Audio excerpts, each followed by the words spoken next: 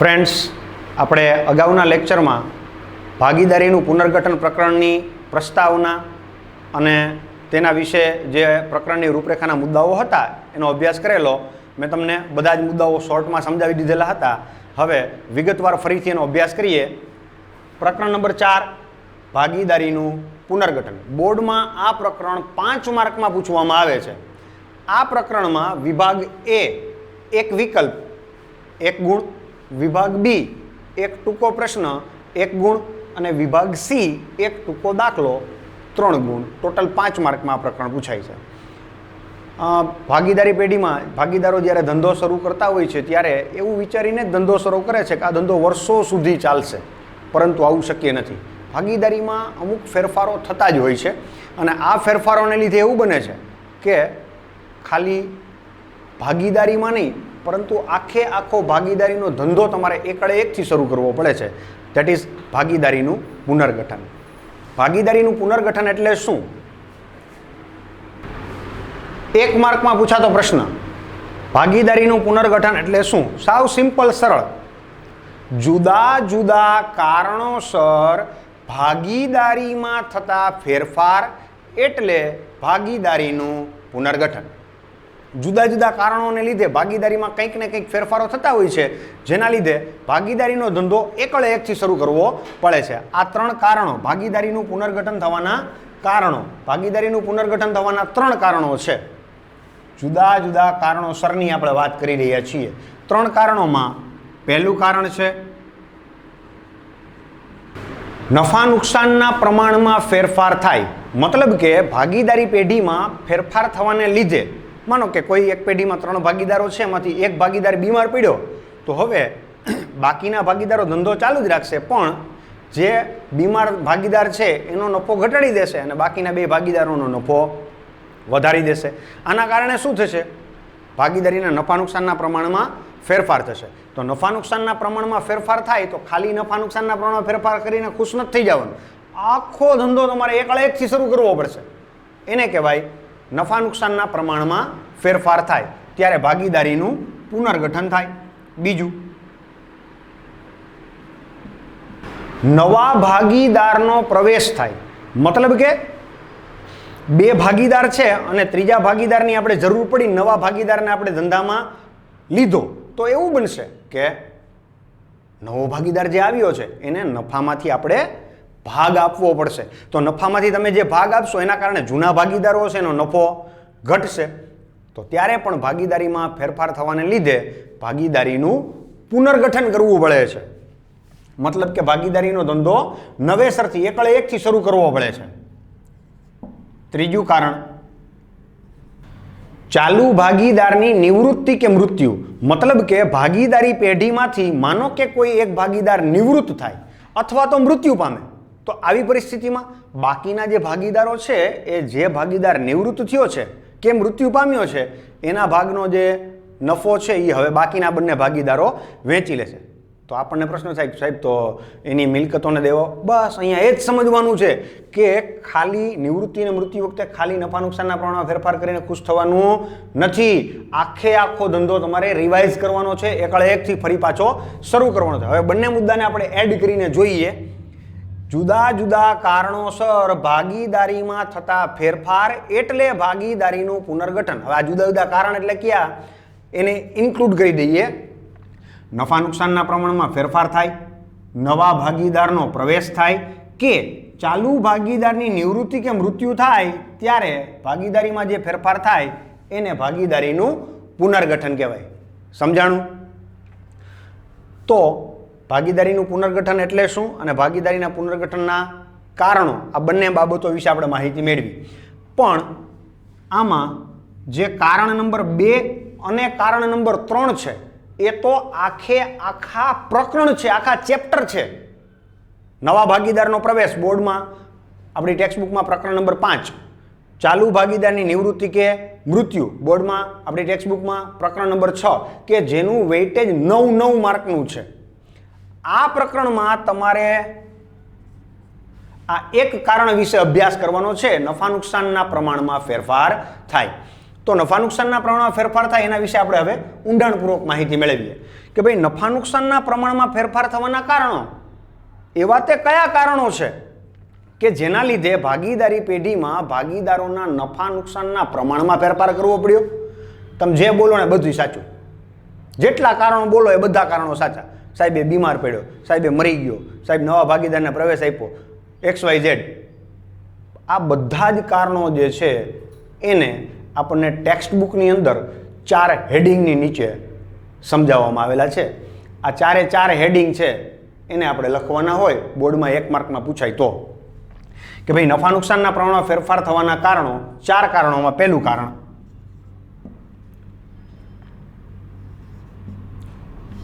જો કોઈ ભાગીદાર પોતાની નાદુરસ્તી, સક્રિય ભાગીદાર એટલે કેવો ભાગીદાર કે જે પેઢીનું સંચાલન કરતો હોય, એ પોતાની નાદુરસ્તી કે અંગત કારણોસર હવે ધંધાનું સંચાલન કરી શકે તેમ ના હોય. બીજું કારણ, પહેલા કારણમાં આપણે કીધું કે ભાઈ સંચાલન કરતો હોય અને હવે પોતાની નાદુરસ્તી એટલે બીમાર પડી જવું, તંદુરસ્ત ન હોવું, નાદુરસ્ત હોવું, બીમાર પડી જાય કે પોતાના અંગત કારણોસરની અંદર હજારો કારણ તમે લખી શકો છો. એને કેન્સર થયું, એને કોઈ બીમારી આવી ગઈ કે જેના લીધે હવે ધંધાનું સંચાલન કરી શકે એમ નથી, પોતે અંગત રીતે નાદાર જાહેર થયો, 50 કારણો હોઈ શકે, પણ આપણે ખાલી એક જ હેડિંગ લખવાનું એમાં. બીજું, જો કોઈ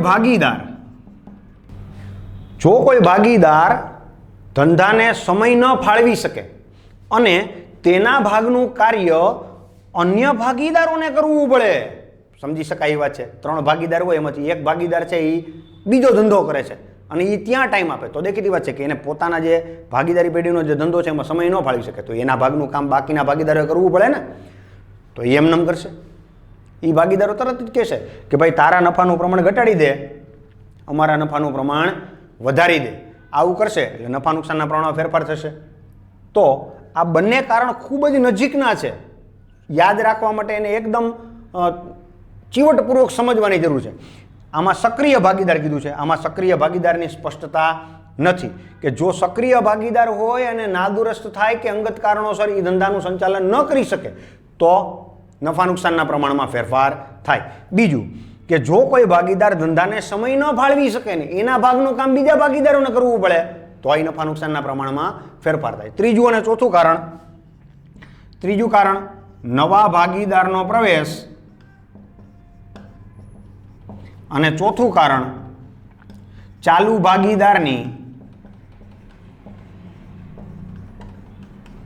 નિવૃત્તિ કે મૃત્યુ. તો આ 4 કારણો પણ તમને 1 માર્કમાં અલગથી પૂછવામાં આવે કે ભાઈ નફા નુકસાનના પ્રમાણમાં ફેરફાર થવાના કારણો જણાવો. બરાબર, તો તમારે આ 4 કારણ લખવાના થશે.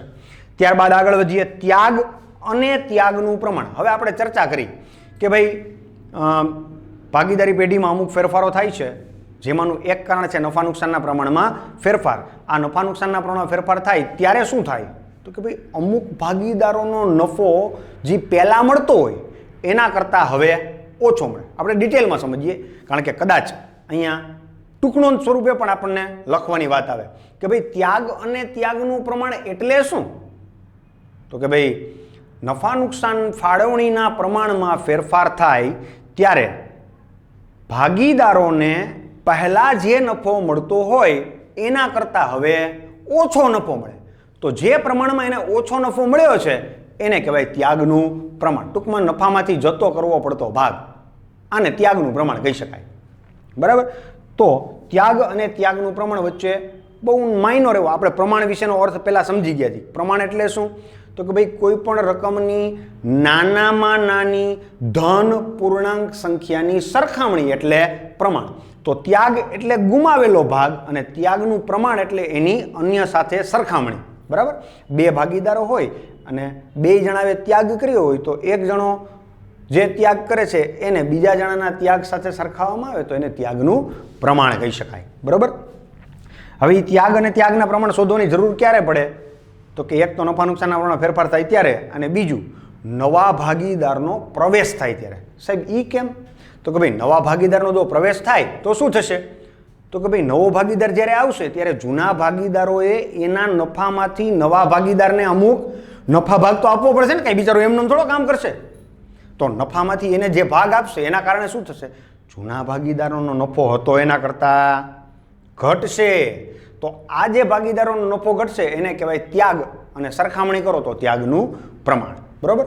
હવે એવું બને કે ત્યાગ અને ત્યાગનું પ્રમાણ શોધવામાં હું તમને પહેલાં એક ઉદાહરણ દ્વારા સમજાવીશ અને ત્યાર પછી આપણે પ્રેક્ટિકલી દાખલા ગણીએ. બરાબર. તો 3 ભાગીદારો હોય અને માનો કે 90 રૂપિયા નફો છે, 1:1:1 પ્રમાણમાં વેચે, તો ત્રણેયને કેટલા મળે? 30, 30, 30. બરાબર. તો આ ત્રણેયને 30, 30, 30 રૂપિયા મળ્યા. હવે એવું બન્યું કે ભાગીદાર સી, આ જે છેલ્લો ભાગીદાર છે, એના નફો એ બીમાર પડી ગયો બિચારો, એટલે એનો નફો ઘટાડી નાખ્યો, ઓલા બેનો નફો વધારી દીધો. તો નફા નુકસાનનું પ્રમાણ 1:1:1 હતું, એને બદલે હવે 2:2:1 કરી નાખ્યું. છેલ્લા ભાગીદાર બીમાર પડતો અને કામે નહોતો હતો એટલે એનો નફો ઘટાડી નાખ્યો, ઓલા બેન નફો વધારી દીધો. તો એ જ 90 રૂપિયા જે છે એને હવે તમારે 2:2:1 પ્રમાણમાં વેચવાના થશે. તો સમજી શકાય વાત છે કે છેલ્લો ભાગીદાર છે એનો નફો ઘટી જશે ને. મતલબ કે 90×2/5. તમને નફાના ભાગ પાડતા આવડે જ છે. 90×2/5 કરો એટલે કેટલા આવે? અહીંયા 36, અહીંયા 36 અને અહીંયા 18. આ કઈ રીતે કર્યું એનો ખ્યાલ આવ્યો? એક કરી દો. 90×2/5, 5, 18 × 50, 90 ને 18 × 36. બરાબર. છેલ્લાને 18 × 18 આવે. તો આ ભાગીદારને પહેલા 30 રૂપિયા મળતા હતા, હવે એને 36 રૂપિયા મળે, તો એનો નફો વધ્યો ને. બીજાને પણ સેમ એવું જ થયું, પણ ત્રીજો ભાગીદાર બિચારો બીમાર પડ્યો તો એને શું થયું? તો કે પહેલા 30 મળતા હતા, હવે એને 18 જ મળે. તો એને એના નફામાંથી 12 રૂપિયા જતા કરવા પડ્યા. હવે દાખલા ગણવાના હોય ત્યાં આવી રીતે સીધું ન આપી દે, ત્યાં તો આપણને ખાલી પ્રમાણ જ આપે અને સાવ સિમ્પલ. હો ભાઈ, ખાઈ જવાના માર્ક. 3 માર્કનો દાખલો, મોજ આવે એવો. હવે આપણે સીધા દાખલા ઉપર ફોકસ કરીએ. ત્યાગ અને ત્યાગનું પ્રમાણ, એના વિશે દાખલાઓ વિગતે સમજીએ. ઓકે મિત્રો, તો હવે આપણે ત્યાગ અને ત્યાગના પ્રમાણ સંદર્ભે દાખલા અભ્યાસ કરીએ. તો હું પહેલાં તમને એક રકમ આપું છું. અહીંયા તમારી પાસે સ્પષ્ટતા છે કે એક્સ અને વાય સરખે હિસ્સે નફો નુકસાન વહેંચતા ભાગીદારો છે. તેમણે નફા નુકસાનનું પ્રમાણ બદલી 2:1 કરવાનું નક્કી કર્યું. તો ભાગીદારનો ત્યાગ શોધો. તો સૌથી પહેલાં તો આ રકમ જે આપેલી છે એમાંથી દાખલો ગણવા માટે જે માહિતી પર્યાપ્ત છે એને ઉપર લખી નાખવાની. સરખે હિસ્સે, સરખે હિસ્સે એટલે તો કે x/y બરાબર 1:1. આ કયું પ્રમાણ છે? જૂનું પ્રમાણ. આ 1:1 છે એને હું આવી રીતે લખું, 1:1 મતલબ કે 1/2/1/2. તો કોઈને કઈ પ્રશ્ન? લખી શકાય, કારણ કે 1 ને 1 2. જો 2 રૂપિયા નફો થાય તો એમાંથી 1 રૂપિયો x ને અને 1 રૂપિયો y ને મળે છે. એ લોકોએ નફા નુકસાનનું પ્રમાણ બદલીને 2:1 કરવાનું નક્કી કર્યું.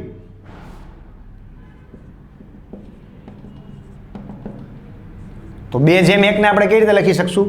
2/3 જેમ 1/3.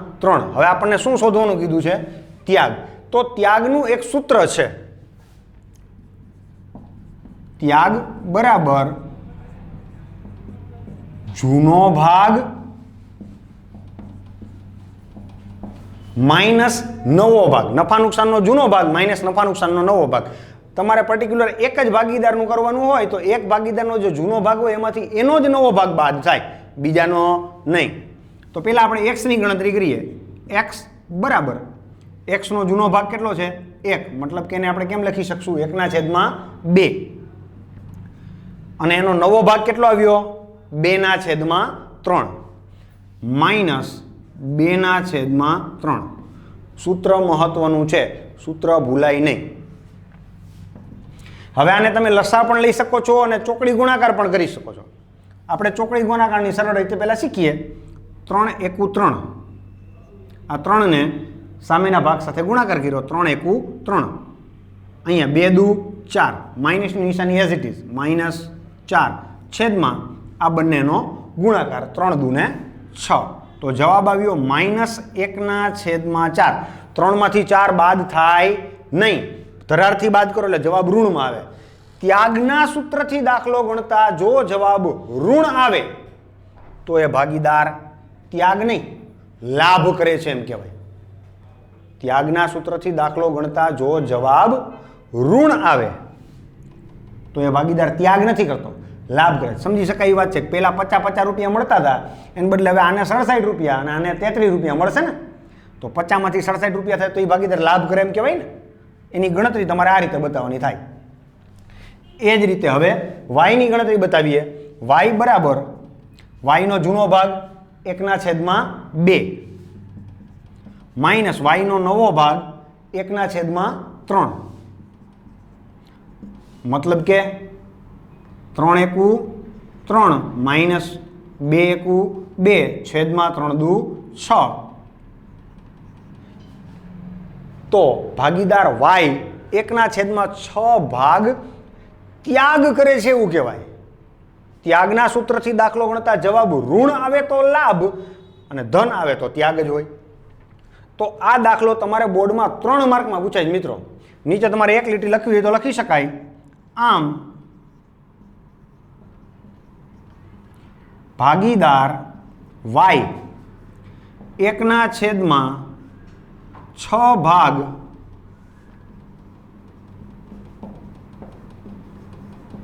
ત્યાગ કરે છે. અને ત્યાગનું પ્રમાણ ન કહેવાય, એ કાળજી રાખજો. ત્યાગનું પ્રમાણ તો 2 જણાની સરખામણી કરો તો કહી શકાય. આ ત્યાગ છે કે ભાગીદાર વાય છે 1/6 ભાગ ત્યાગ કરે છે. બરાબર છે. તો વિદ્યાર્થી મિત્રો, આગળના વિડીયોમાં આપણે જોયું કે ભાઈ ત્યાગ કઈ રીતે શોધવો, એના વિશે આપણે હવે વધારે અભ્યાસ કરીએ. ત્યાગ અને ત્યાગનું પ્રમાણ, લાભ અને લાભનું પ્રમાણ. તો એક વધારે ઉદાહરણ દ્વારા તમને સમજાવું છું કે ભાઈ એ, બી અને સી એક પેઢીના 3:2:1 પ્રમાણમાં નફો નુકસાન વહેંચતા ભાગીદારો છે. તેમણે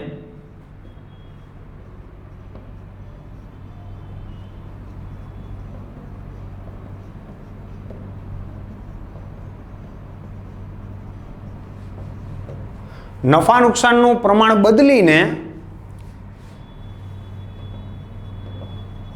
માનો કે 5:3:2 કર્યું.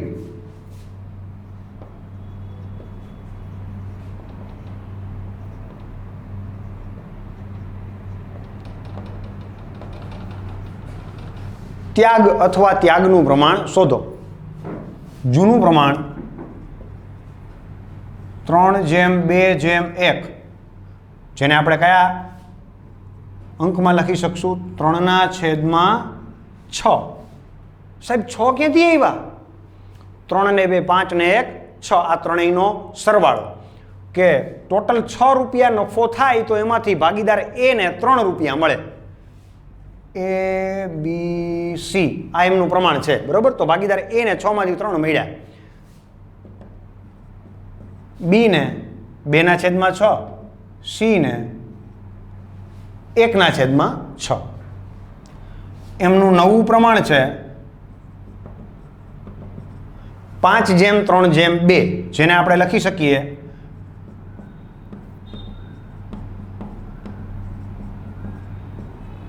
5/10, 3/10 અને 2/10. હવે ત્યાગના સૂત્રનો ઉપયોગ કરીને દાખલો શરૂ કરી દેવાનો.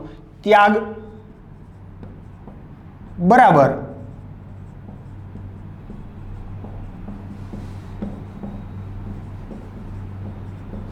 જૂનો ભાગ માઇનસ નવો ભાગ. તમે નફા નુકસાનનું જૂનું પ્રમાણ માઇનસ નફા નુકસાનનું નવું પ્રમાણ એમ પણ લખી શકો છો. સૌથી પહેલા એ નો જૂનો ભાગ છે 3/6 માઇનસ નવો ભાગ છે 5/10. ચોકડી ગુણાકાર અથવા લસા કાંઈ પણ તમે લઈ શકો છો. 3×30 માઇનસ 6×50 30/60. 30 માઇનસ 30 એટલે 0. 0/60 મતલબ કે 0. આ ભાગીદાર ત્યાગે નથી કરતો અને લાભે નથી કરતો. મતલબ કે એનો જેટલો નફો નફા નુકસાનના પ્રમાણમાં ફેરફાર થયો પહેલા હતો ને એટલો જ હજી છે. પહેલા એને 6 માંથી 3 રૂપિયા મળતા હતા, હવે એને 10 માંથી 5 રૂપિયા મતલબ 50% મળે તો એને 50%ના 50% જ રહે, એમાં કાંઈ ફેરફાર થયો નથી. તો સમજી શકાય એ ત્યાગે ન કરે ને લાભે ન કરે ને, એનો નફો જેટલો છે એટલો જ છે. બી જૂનો ભાગ 2/6 માઇનસ 3/10. જૂના ભાગમાંથી નવો ભાગ બાદ કરું છું. 10 દુ 20 માઇનસ 6 તેરી 18/60. 60 કેવી રીતે આવ્યા? 6 ગુણ્યા 10. તો જવાબ આવશે 2/60. તમને એમ થાય કે સાહેબ આનાથી નાનું કરીએ તો જરૂર નથી કંઈ. 2/60 બધાના છેદમાં 60 આવે એ પ્રમાણે આપણે ગણતરી કરવાની રહીએ. તો ભાગીદાર બી છે એનો ત્યાગ આવ્યો 2/60. સી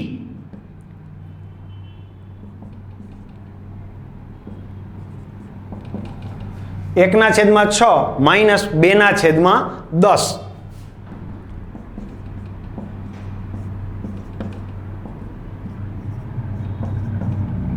તો અહીંયા ભાગીદાર સી છે એ ત્યાગ નથી કરતો, એ લાભ કરે. મતલબ કે જેટલો ભાગીદાર બી ત્યાગ કરે છે એ બધો જ ભાગ કોને મળશે? ભાગીદાર સી ને.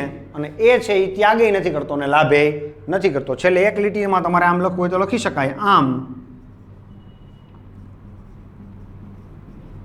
ભાગીદાર બી 2/60 ભાગ ત્યાગ કરે છે. બરાબર. અહીંયા દાખલો પૂરો થાય છે. 3 માર્કમાં બોર્ડમાં આ દાખલો પૂછાય છે. 3 માર્કમાં તમને એવો પ્રશ્ન થાય ઘણાને કે સાહેબ ખાલી બીનું જ કેમ લખ્યું? આપણને દાખલો કેનાથી ગણવાનો કીધો હતો? ત્યાગના સૂત્રથી ગણવાનો કીધો હતો ને. અને ભાગીદાર બી છે એ ત્યાગ કરે છે, સી છે એ તો લાભ કરે છે ને. તો જે ત્યાગ કરતો હોય ને એની સ્પષ્ટતા કરવી જરૂરી છે. બરાબર છે.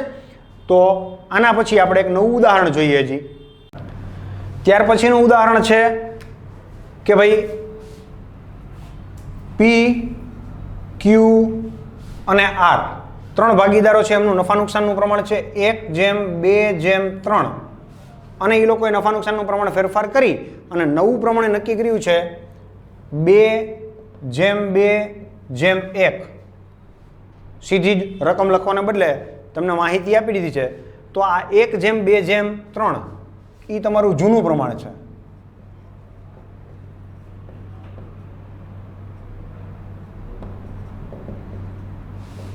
જેને આપણે શું લખી શકશું? 1/6 2/6 અને 3/6. 6 એ શું છે? આ ત્રણેયનો સરવાળો.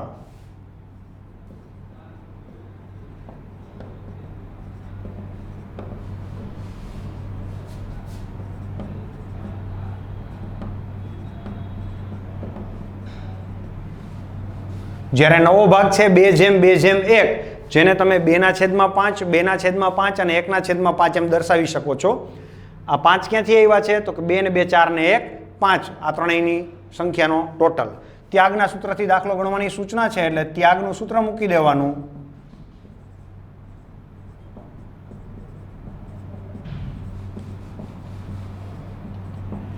નફા નુકસાનનું જૂનું પ્રમાણ માઇનસ નફા નુકસાનનું નવું પ્રમાણ, મતલબ કે જૂનો ભાગ માઇનસ નવો ભાગ.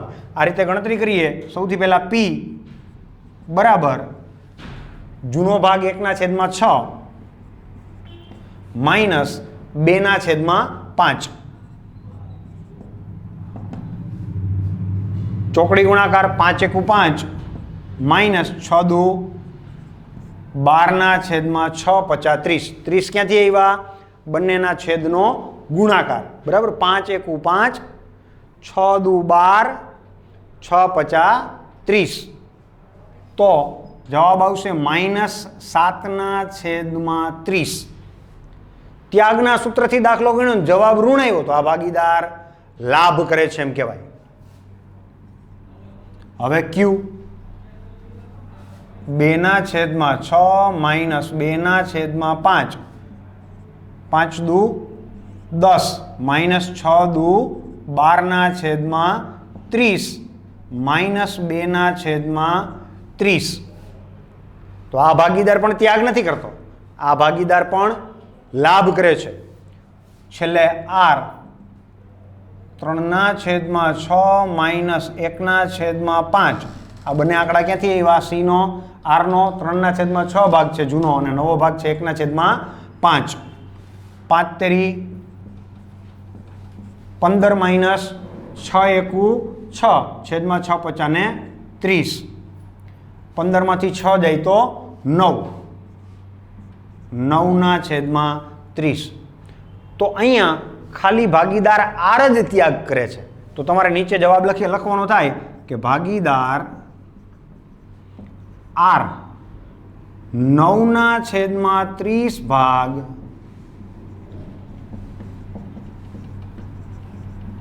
ત્યાગ કરે છે।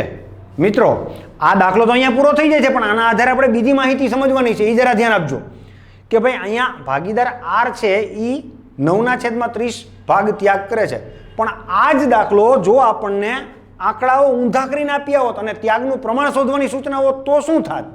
મતલબ કે આ નવો ભાગ છે એને જૂના ભાગ તરીકે અને જૂનો ભાગ છે એને નવા ભાગ તરીકે લખ્યું હોત તો આ જે છે એ 7/30 આવત, આ જવાબ ઋણ ના આવત, ધન આવત, કારણ કે 2/5 માંથી તમારે 1/6 ભાગ બાદ કરવાનો થાત તો જવાબ આવત 7/30, અહીંયા આવત જવાબ 2/30 અને અહીંયા આવત જવાબ -9/30 તો તમારે અહીંયા ત્યાગનું પ્રમાણ નોંધવાનું થાય।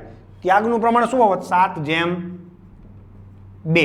તો તમે નીચે લખવાનું થાય કે અહીં ભાગીદાર પી જેમ ક્યુ બરાબર 7/2 ના પ્રમાણમાં ત્યાગ કરે છે। હવે અહીંયા ત્યાગ વિશેની આપણે સંપૂર્ણ માહિતી મેળવી લીધી કે ભાઈ કોઈ એક ભાગીદાર ત્યાગ કરતો હોય, બે ભાગીદારમાંથી 3 ભાગીદાર હોય એમાંથી એક ભાગીદાર ત્યાગેય ના કરતો હોય અને લાભેય ના કરતો હોય। જ્યારે ત્રીજા દાખલામાં આપણે એવી માહિતી મેળવી લીધી કે બે ભાગીદાર લાભ કરતા હોય અને એક ભાગીદાર ત્યાગ કરતા હોય। સામે લાભની સૂત્રની ગોઠવણી ફેરફાર કરી નાખી, ત્યાગનું સૂત્ર મૂકીને લાભની ગણતરી કરી તો જો આંકડા ફેરફાર કરવામાં આવત તો ભાગીદાર ત્યાગ 2 જણા કરત તો આપણને ત્યાગના બદલે સાથે સાથે ત્યાગનું પ્રમાણ પણ મળી જાય। તો મિત્રો આ જ દાખલાને તમને ત્યાગને બદલે લાભના સૂત્રથી ગણવાનો કીધો હોત તો તમારો આ જવાબ આવત। તો તમારે નીચે ત્યાગને બદલે શું લખવું પડત કે ભાગીદાર પી જેમ ક્યુ બરાબર 7/2 ના પ્રમાણમાં લાભ કરે છે। આવું ક્યારે લખવાનું થાય? લાભના સૂત્રથી દાખલો ગણવાનું કહીએ તો બરાબર। અહીંયા આપણને ત્યાગના સૂત્રથી દાખલો ગણવાનું કીધું હતું એટલે અહીંયા આપણે પૂરું કરી નાખ્યું બરાબર। સમજાય છે કાંઈ?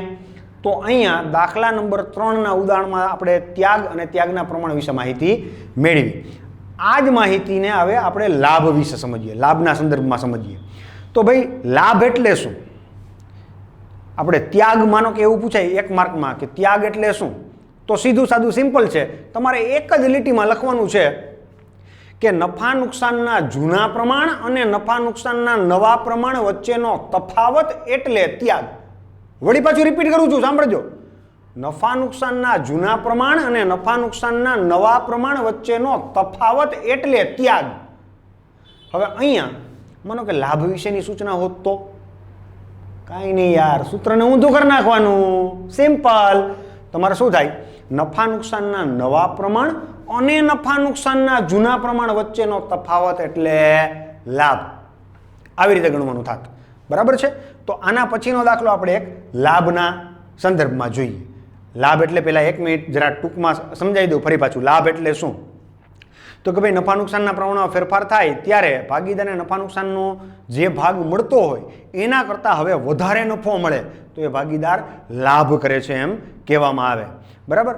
લાભનો ઉપયોગ ક્યારે કરવાનો આવે, લાભની ગણતરી ક્યારે શોધવાની આવે? તો કે ભાઈ ભાગીદાર નિવૃત્ત થાય ત્યારે શું થશે? તો કે 3 ભાગીદાર હોય એમાંથી એક ભાગીદાર નિવૃત્ત થઈ જશે તો એનો જે નફા ભાગ હશે એ હવે બાકીના ભાગીદારોને મળશે। તો નિવૃત્તિના સંદર્ભમાં તમારે લાભ શોધવાનો રહેશે। લાભ એટલે શું? એક માર્કમાં આવું પૂછાય તો નફા નુકસાનનો નવો ભાગ અને નફા નુકસાનના જૂના ભાગ વચ્ચેનો તફાવત એટલે લાભ। હવે લાભનું સૂત્ર લાભ બરાબર નફા નુકસાનનો નવો ભાગ માઇનસ નફા નુકસાનનો જૂનો ભાગ, આની રીતે આપણે સમજશું।